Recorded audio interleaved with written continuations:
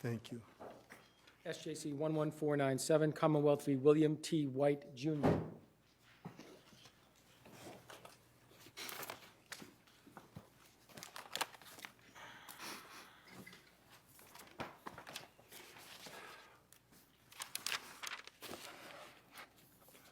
Thank you. It may please the court. Edward Miller for Mr. White. If I could reserve 3 minutes for rebuttal. In this matter, there's one threshold issue that the court has to address before reaching the question of whether what the police did in this case was a search, and if so, whether it was done pursuant to probable cause. And the threshold issue is whether 276 Section 1, the portion that excludes evidence of a crime other than the one for which the person is placed under arrest, applies in this case at all. There's some ambiguity in the decision of the Court of Appeals on that matter, where the Court of Appeals said that nothing prohibits the Commonwealth from seizing and using as evidence items discovered in the course of a search incident to a lawful arrest for a drug offense that reasonably appear to be related to that kind of criminal activity.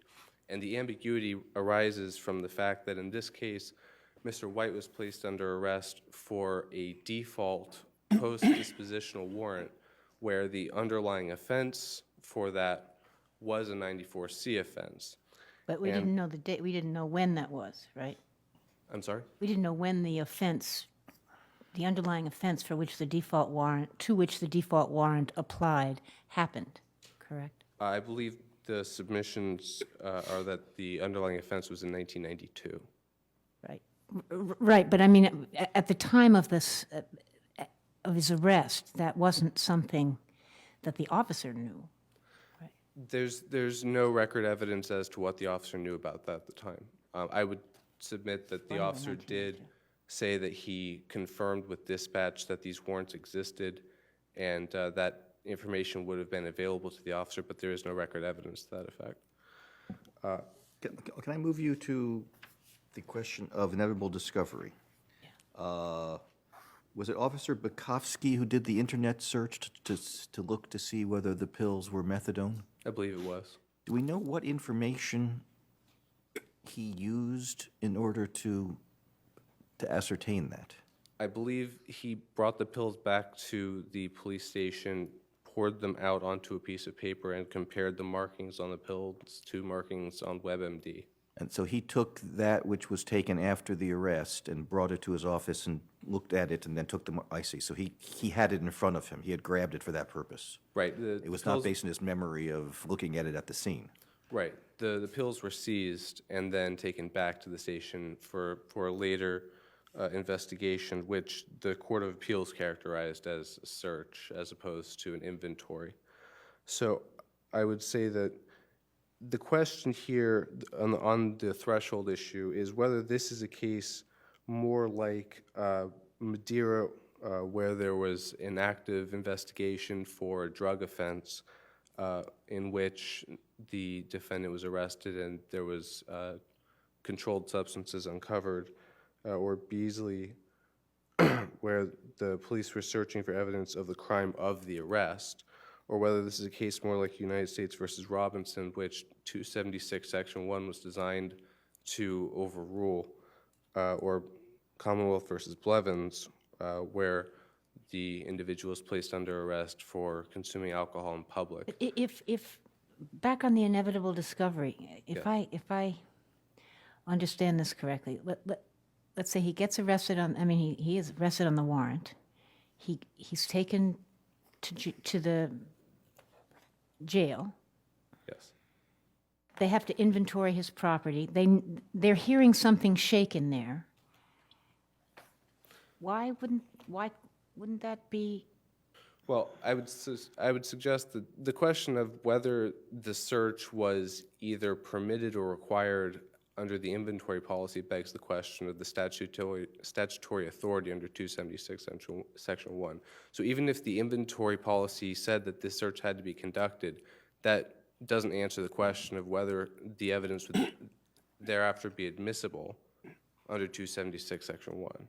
Wait, I'm sorry. You're saying that even if there was, let's take it step by step. Let's assume for the matter that they could do no search incident to arrest apart from looking for weapons, which I guess is your position. Right.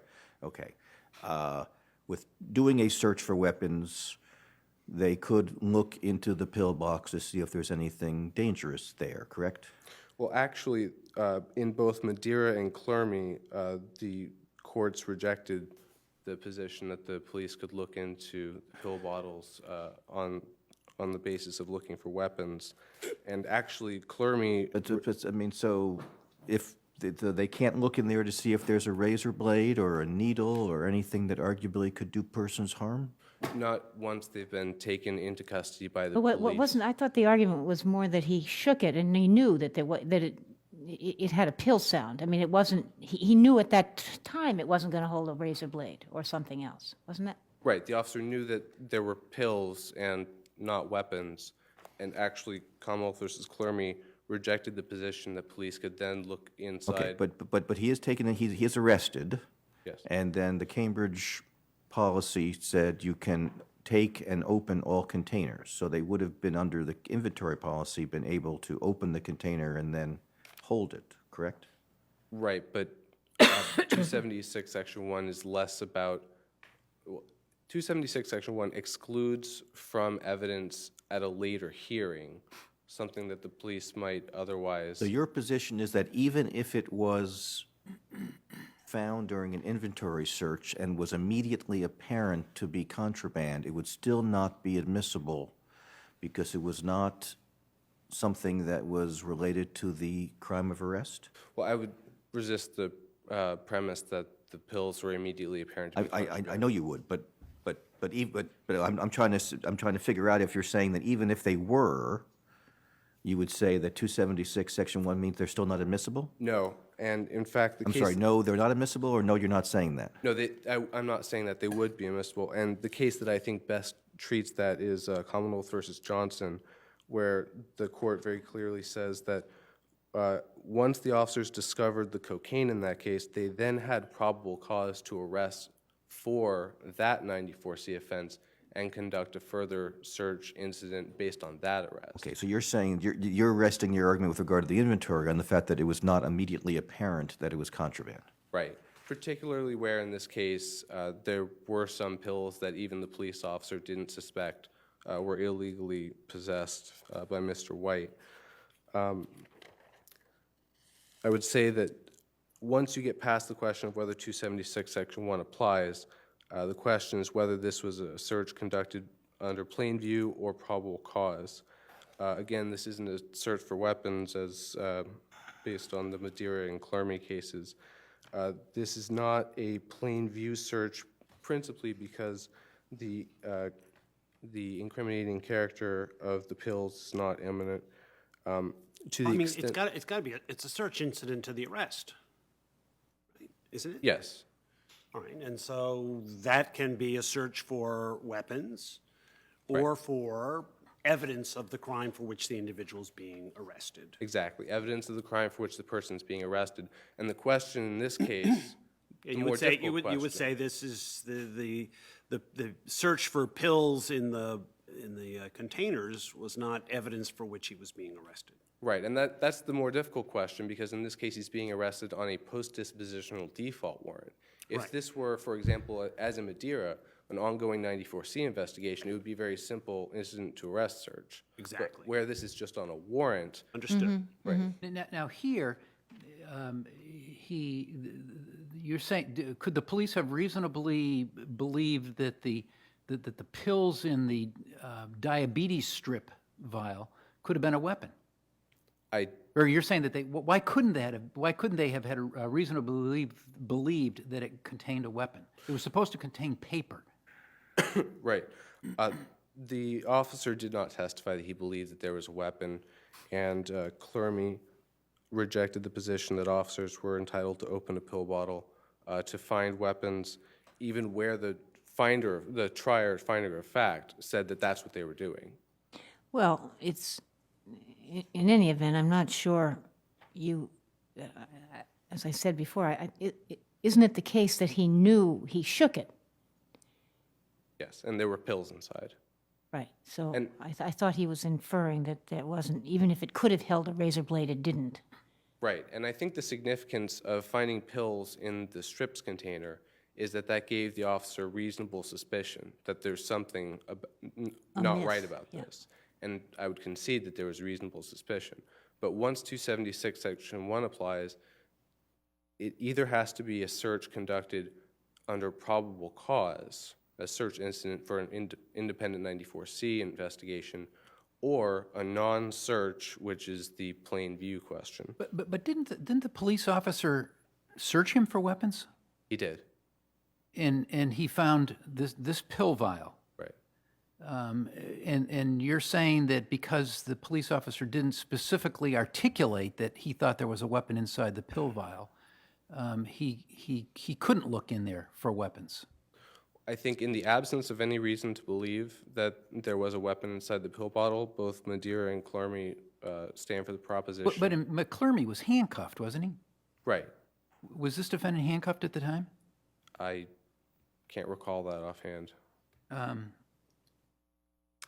Okay. But the point being that the bottles were taken into the custody of the police, and the quote is, "Police presence was substantial and risk of the defendant successfully repossessing the bag was minimal.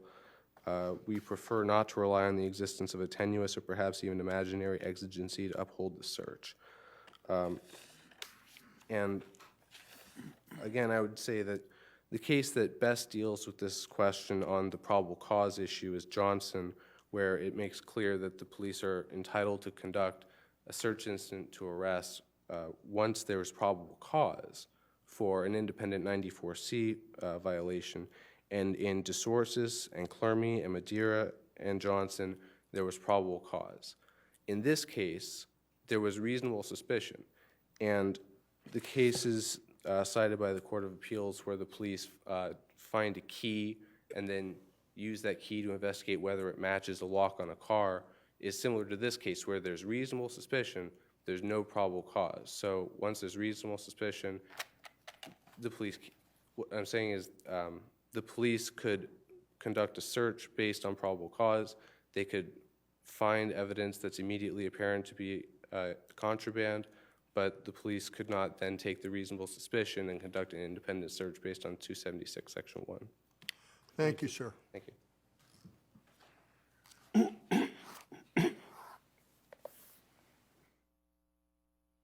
Good morning. May it please the Court. Crystal Lyons, Assistant District Attorney for Middlesex, on behalf of the Commonwealth. The defendant closes his brief with what I find is a problematic proposition that he thinks that the correct result in this case should be that the methadone pills that were unlawfully possessed by the defendant should have been bagged and returned to Mr. White upon his release. I believe that... Well, let's talk about that. So let's assume that the only authorization for getting into that pill box or whatever it was the inventory search or the inventory process. Right? So what is the inventory process when it comes to pills? Are they poured out and examined, one green pill with an H, one blue pill with a Y, or is it vial with 5 pills? What's the... The inventory policy says that they are to search for weapons and contraband, and says that anything that is found to be contraband needs to be confiscated. It similarly touches on prescription medication and says that anything that's prescription medication has to be in a marked prescription bottle to be validated. The inventory policy. This is the inventory So if there are policy. pills in a bottle, it's not a prescription bottle, that's contraband. Is that contraband? I actually always carry a whole bunch of pills in a bottle that's not a prescription bottle when I travel, so I don't have to have 14 prescription bottles. Contraband? Let me answer that in 2 ways. First, under the inventory policy, this court in O'Connor, where a defendant was searched pursuant to be taken for weapons pursuant to be taken into protective custody, and a baggie with 2 capsules and 6 white tablets was found.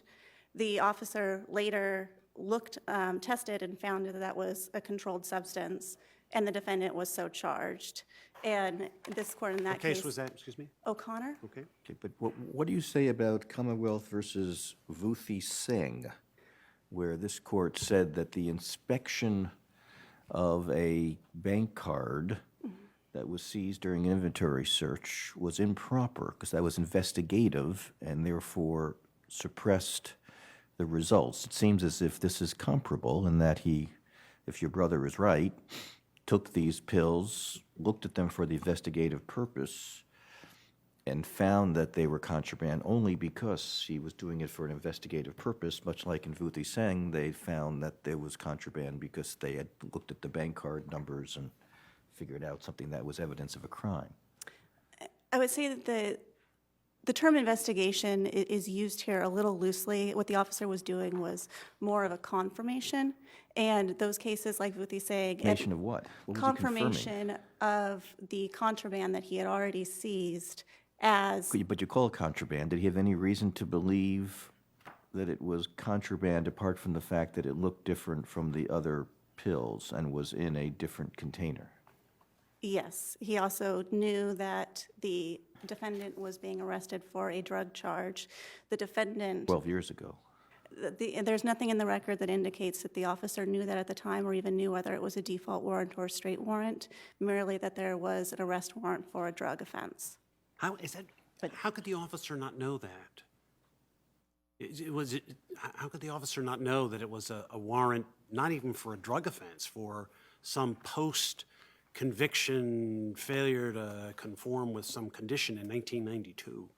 It wasn't until the motion to suppress hearing that they even really looked at the BOP enough to know what the warrant was for. Really? The initial findings even submitted by the defendant were unclear whether there was an arrest warrant for a drug offense. Oh, the defendant wouldn't know. I mean, this is information that the police are being given, presumably from a registry of warrants.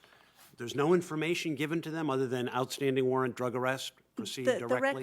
The record shows that that all the officer knew was that he had 2 outstanding arrest warrants, one for a 209A violation and the other for a drug offense, and that's what dispatch told him. Turning back to Justice Gant's points as far as whether it would be an improper investigation, in cases like Vuthi Singh and like Blevins, where they're looking at improper use of in the inventory policy for investigation, it differs from this case in 2 respects. One, in those cases, the officers are using an evidence as a link in an investigatory tool, and here we have contraband, which is in itself an incriminatory character. Can I just, I'm a little confused about the facts. We had the pills that were found in the strips container. Did the police officer take those with him at the time that he took the pills that he found on the car? Yes, In the car, and he had them both in front of him at the time he was doing the internet search?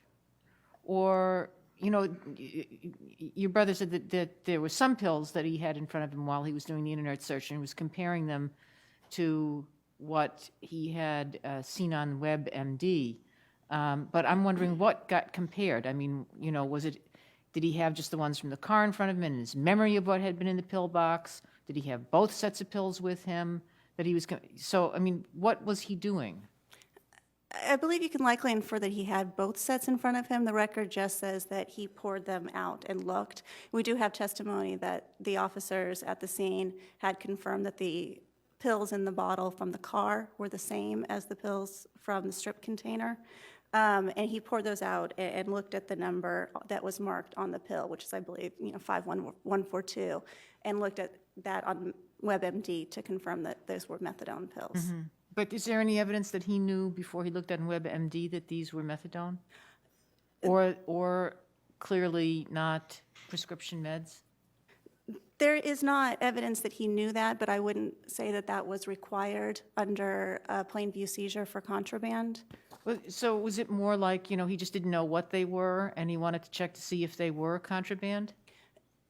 The officer believed at that point that they were contraband, and that's why I was saying I believe what he was doing afterwards is more properly characterized as a confirmation rather than an investigation, so that before the defendant was charged, they would confirm that the substance was a controlled substance, which is similar to what happened in O'Connor. And so was he was the booking officer, or he was just the arresting officer and not the booking officer? He basically went off to do this internet search.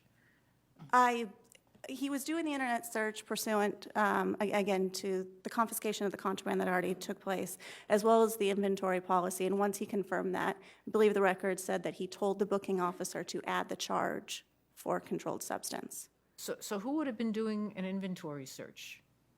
Under the policy, the officer was required to search the defendant prior to transporting him. And so that initial search would have had to have been done by the arresting officer for contraband and weapons. And that was true of the car as well? Of the car, no, the inventory policy? Yes. The car here was secured rather than being towed. The officers gave the defendant that choice. So the car was never itself really inventoried? No, the car was not inventoried. So the pills that were taken from the front seat were taken In plain view, in plain view? correct. Okay. Thank you. I'm sorry, that there were two differences from Vudi Singh. One was looking for evidence versus looking for contraband. The second is?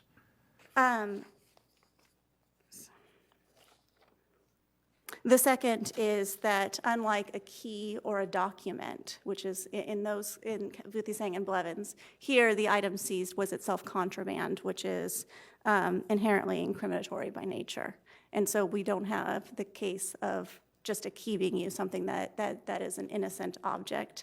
We have something that is already inherently incriminatory. That, of course, assumes you found it to be contraband, and isn't that the issue? That he was not sure it was contraband until he confirmed that it was. I don't think the officer was required to know that it was contraband at the time. The defendant relies a lot upon the language of immediately apparent that it was contraband.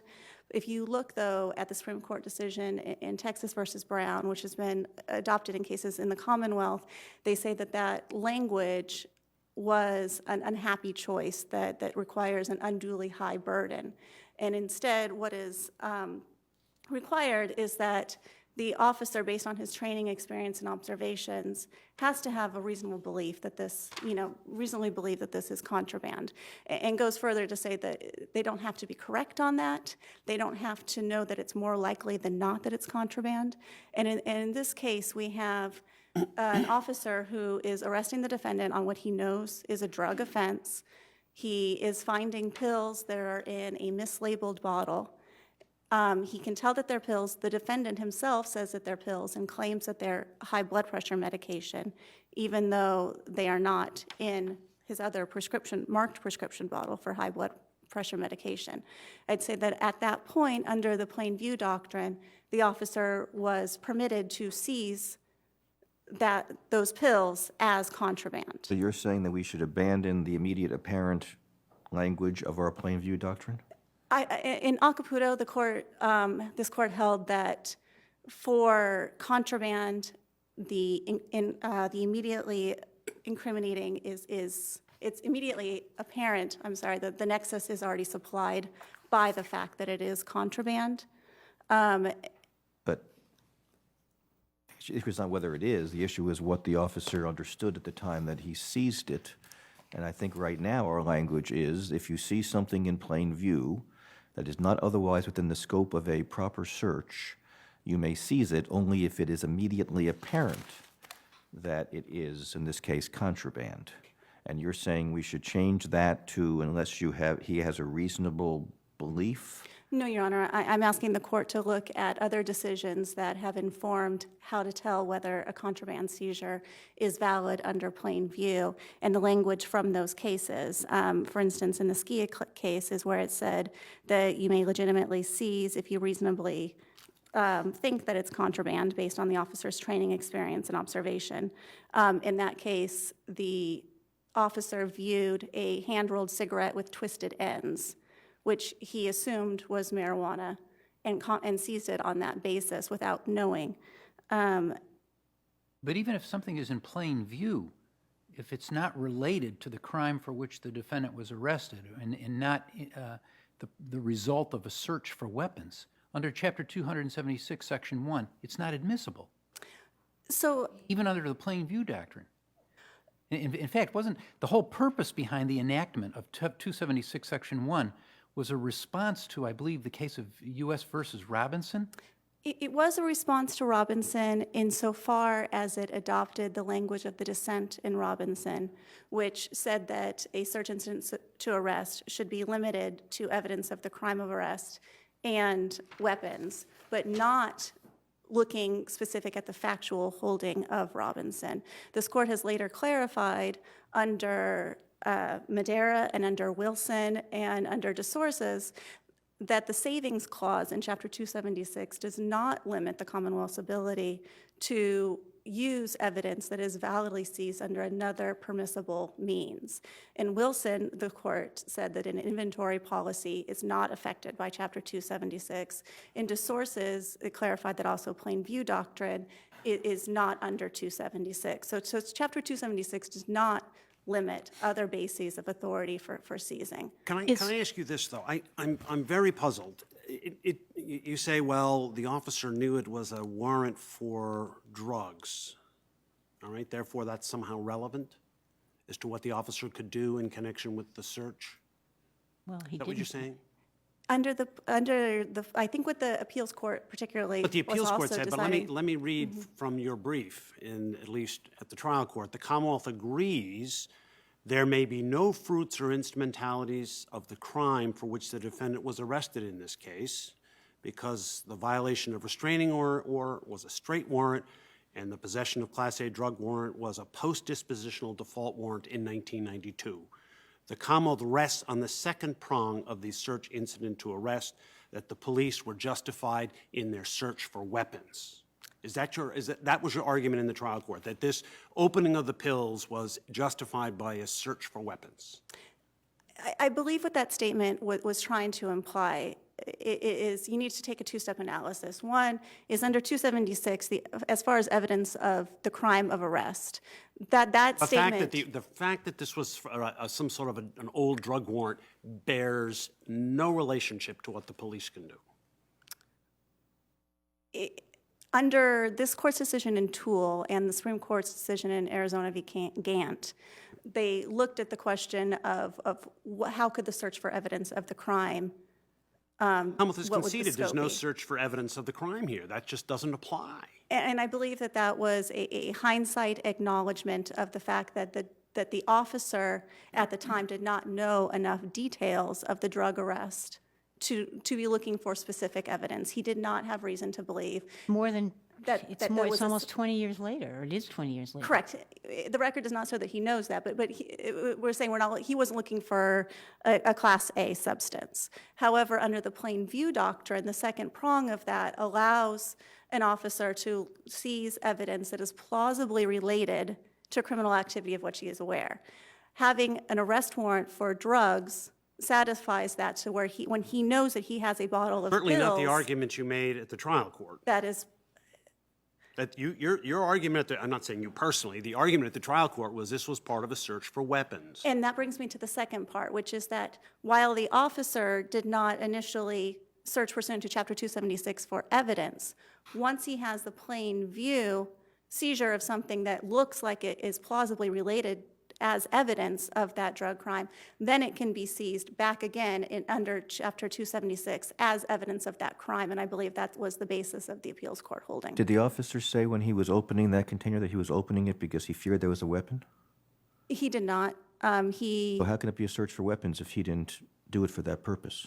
At the point that he pulled out the container from the defendant's pocket, he said that at that point he still thought there could be razor blades, or as the dissent in Robinson said, safety pins or something in there. When he shook it and heard pills, and also the defendant acknowledged that they were pills, at that point it was a plain view seizure, both as contraband and as evidence. Are you saying it's plain view even before he saw the pills? I do believe that. The mere fact that he shook it and knew they were pills mean that he can determine it was contraband? Both under Acapulco and Clarmy, the court has looked at whether a mislabeled, unlabeled pill bottle can supply. For a warrant that's 20-something years old? Again, that wasn't evidence that was known at the time, But but I he would does, well, believe then that. that's worse. He doesn't know anything. But I would say that even under contraband, plain view seizure of contraband, the fact that the defendant had drug offenses would be something that the officer could use to inform his decision to seize contraband based on the fact that there were pills in a mislabeled container. Counsel, we're going to have to leave it there. Thank you very much. Thank you.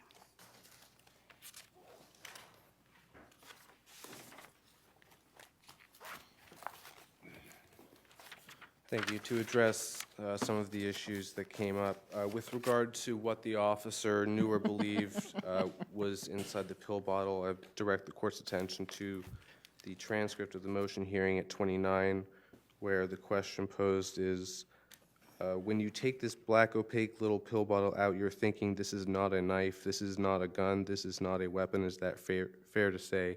The officer's response, that's correct. Well, could I just ask you, that bottle or that vial was in his pocket? In the defendant's pocket, yes. Okay. So even if it hadn't been seized, it would have gone with him to when he was arrested, right? With the inventory search, yes.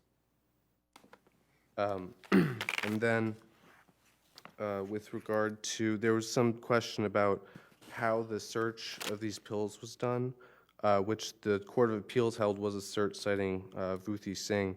I direct the court's attention to pages 31 and 32, which clarifies that there's some question about the chronology, but it appears that the officer compared the pills to each other and to WebMD at the station. And then, with regard to Texas versus Brown, which the Commonwealth cites, I would say that that's not the law of the Commonwealth, and I'd say it goes back to the question of what exactly a plain view seizure is. A plain view seizure is a seizure where there's no investigation, no search under, as it would be considered under the Fourth Amendment, that has to be conducted. Back to Arizona versus Hicks, where there's reasonable suspicion, but they have to manipulate the stereo to see that there's some evidentiary relevance. Where there has to be some search, that's not a plain view seizure. The Commonwealth also cites Acapulco with regard to evidence which is plausibly related to the offense for which the police were already aware, and I think that really goes to the heart of the question. The police really weren't already aware that these pills were contraband, and that's why the mere evidence standard doesn't apply, which is the plausibly related language.